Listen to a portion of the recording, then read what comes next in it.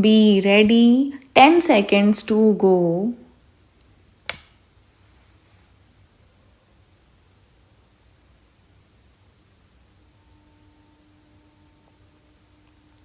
Start. Sir, I am grateful to you for the address which you gave us yesterday. It showed how hard the Prime Minister had bargained and tried to get good terms from the six of the European Economic Community. We are grateful to him for what he did.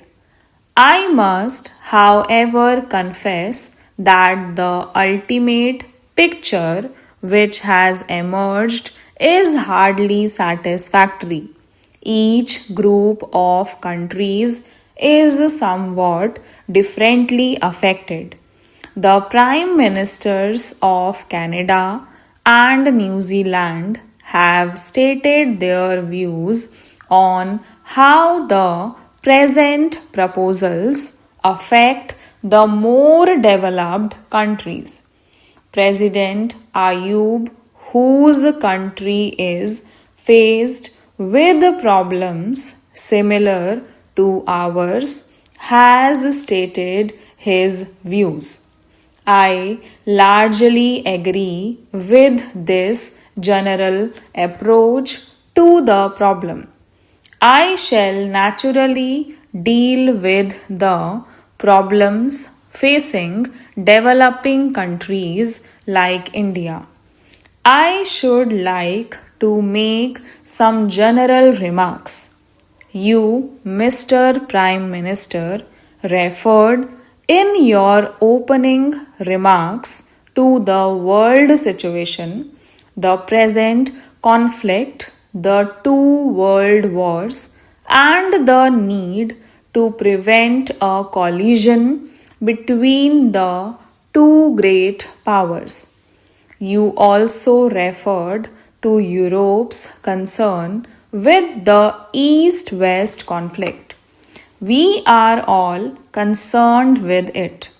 Every step which we now take must therefore be judged from this point of view, namely whether it reduces tension between the East and the West and whether it decreases the threat of war.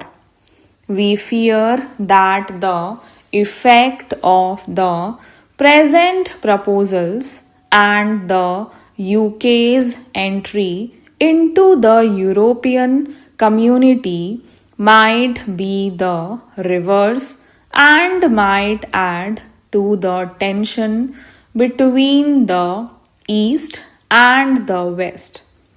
Some East European countries have claimed that the European Common Market will lead to an extension of the NATO alliance. That may not be wholly correct, but it may well result in the increase of tension between the East and the West. The chances of disarmament would grow less. That would be a terrible loss. For disarmament will lead to greater economic progress than the creation or extension of economic communities. These are considerations which should be borne in mind in the context of the wider world situation. Coming to the present proposals, I should like to remind you, Mr. Prime Minister and other Prime Ministers, that there is need for a new approach of promoting a more healthy relationship between the developed and developing countries.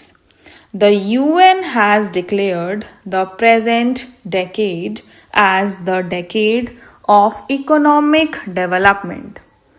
Declarations have been made in GATT that immediate steps would be taken to fix terminal dates to relax tariff and other barriers and expand exports of the developing countries.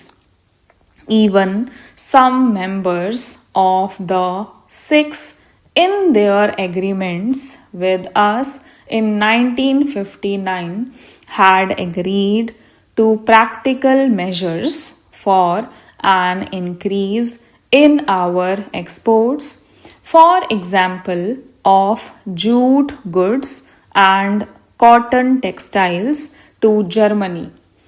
It was expected by us that as a result of a growing realization on their part that we could continue to import more and more from them only if we were able to export more and more, we would be able to work out trading arrangements to provide growing outlets for our products on the continent. This has been the general trend and approach. How far does this general approach fit in with the present proposals? I do not see them fitting in. The present proposals are vague and the approach so far made is not satisfactory.